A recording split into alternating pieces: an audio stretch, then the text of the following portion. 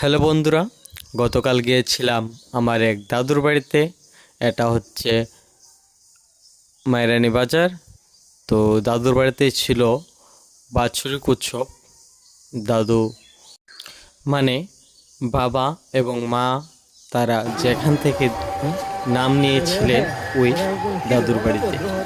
তো আমরা চলে এলাম সেই দাদুর বাড়ির কাছে। তো গিয়ে দেখলাম প্রসাদ দেওয়া চলছে, পাতা দিচ্ছে। তো পাতা আমরা নিয়ে নিলাম এবং প্রসাদও আমরা নিয়ে নিলাম। প্রসাদটা খুব স্বাদ হয়েছে, যারা জাননি তারা অবশ্যই বুঝতে পারছেন। তো কীর্তন দেখলাম, প্রথমে প্রভুর দর্শন করে নিলাম। তো প্রথমে লোক ছিল না, তারপর আস্তে আস্তে অনেক লোক হয়েছে। তো খুব সুন্দর কীর্তন চলছে সেখানে।